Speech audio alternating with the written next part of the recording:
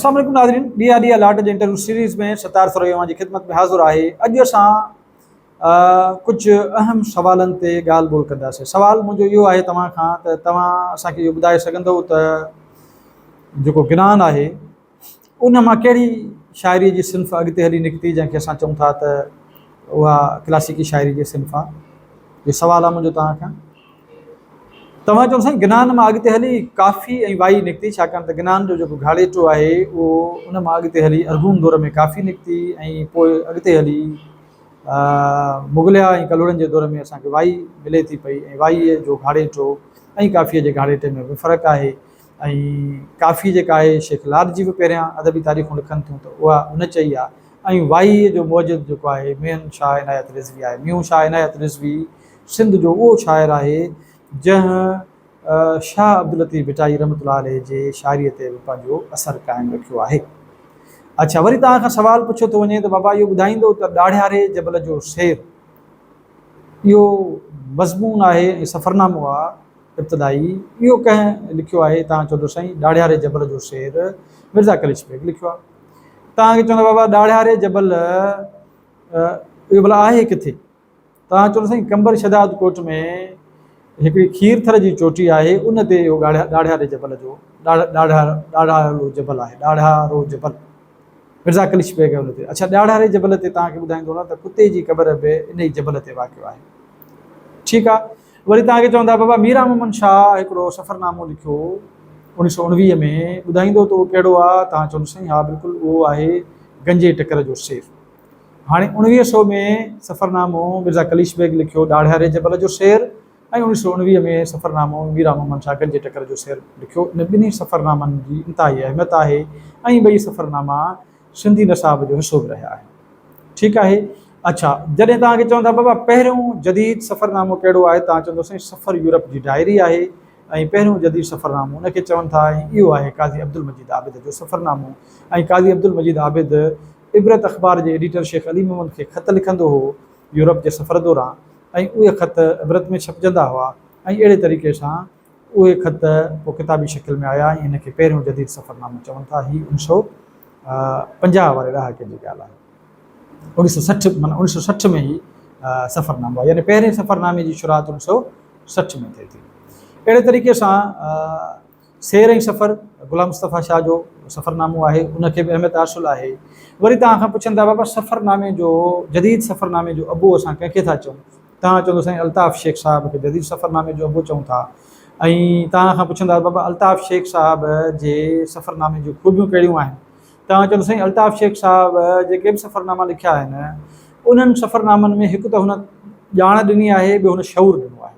हिकु त हुन जंहिं बि मुल्क में वियो आहे उन मुल्क जे समाज सियासत ऐं उन मुल्क जी कल्चर ऐं तमदुन जी ॻाल्हि कई आहे, उन जे बारे में असांखे इल्मु ॾिनो अथई, उन जे बारे में असांखे शऊर ॾिनो अथई। ऐं ॿियो जंहिं बि मुल्क में वियो आहे ॼाण सां गॾोगॾु हुन उन मुल्क जो पंहिंजे सिंध जे सियासत सां, सिंध जे समाज सां, सिंध जे माण्हुनि सां, सिंध जी सकाफ़त सां ऐं सिंध जे तमदुन सां तहज़ीबी हवाले सां उनजो इंटरलिंक ठाहियो आहे। उनखे तक़ाबली जाइज़ो पेश कयो अथई त जापान जा माण्हू ही रवायतूं रखनि था ऐं सिंध जा माण्हू हिन मामले में ही आहिनि। हुन पंहिंजे देश जे माण्हुनि जे उणायुनि खे बि आलम तनक़ीद जो निशानो बणायो आहे, इस्लाही तनक़ीद जो निशानो बणायो आहे ऐं पंहिंजे देश जे माण्हुनि जी ख़ूबियुनि खे बि बयानु कयो आहे। यानी अल्ताफ़ शेख जे सफ़रनामनि जी ख़ूबी इहा आहे त हू ॾाढा सलीस सफ़रनामा आहिनि, हुनजी ॿोली ॾाढी सलीस आहे, हुनजी ॿोली ॾाढी रिच आहे ऐं हुनजी ॿोलीअ एॾी त तरनुम वारी आहे, एॾी त सुठी आहे जो तव्हांखे अल्ताफ़ शेख जा सफ़रनामा पढ़ंदे किथे बि बोरियत न थींदी। माना तव्हांखे ईअं लॻंदो त तव्हां जापान जेको आहे, जापान जिन जे जीअ सां इहो अल्ताफ़ शेख न घुमी रहियो आहे पर तव्हां घुमी रहिया आहियो। समुंड सेवियो जिन, तव्हांखे लॻंदो त हीउ समुंड जो सफ़रु अल्ताफ़ शेख न करे रहियो आहे पर तव्हां करे रहिया आहियो। ठीकु आहे। ऐं अहिड़े तरीक़े सां अल्ताफ़ शेख साहिब जो सिंधी सफ़रनामे में तमामु वॾो कंट्रीब्यूशन आहे। हिन जे सफ़रनामनि ते PhDs थींदियूं ऐं थियणियूं थी बि रहियूं आहिनि।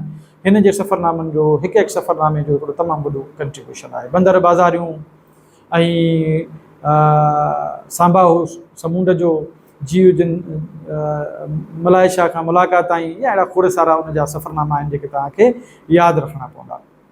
अच्छा, तव्हांखे चवंदा बाबा डॉक्टर बलोच साहब जो पहिरियों किताबु कहिड़ो आहे ॿुधाईंदो। डॉक्टर बलोच साहब जो तव्हांखे इल्म में हूंदो, तव्हां चवंदो साईं गॾ। डॉक्टर बलोच साहब विरहाङे खां अॻु हिकिड़ो किताबु लिखियो आहे गॾ। ऐं गॾ जेको किताबु आहे उन में तव्हां खां पुछंदा बाबा इन में छा आहे, तव्हां चवंदो इन में डॉक्टर बलोच साहब सिंध जे उन वक़्त जे पार्लियामानी सियासत कंदड़ सियासतदाननि जो जाइज़ो वरितो आहे ऐं तनक़ीदी जाइज़ो वरितो अथई। ऐं उन्हनि जो जेको अमल आहे, उन जो जेको कमु आहे, उनखे हिकु नकाद जी हैसियत सां ॾिठो अथई ऐं उन्हनि खे तानो बहियो अथई।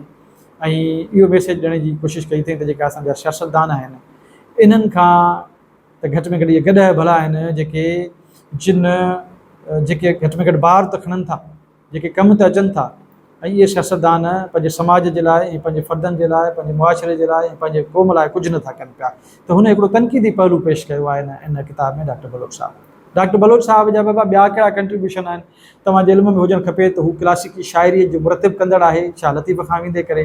तव्हांखे ख़बर हुजणु खपे त हू लुगत नवीस आहे, हुन ज़बरदस्त लुगत लिखियूं आहिनि जंहिंजो रोशनी लुगत हुनजो मिसाल आहे ऐं ॿियूं खोड़ सारियूं लुगतूं लिखियूं अथई।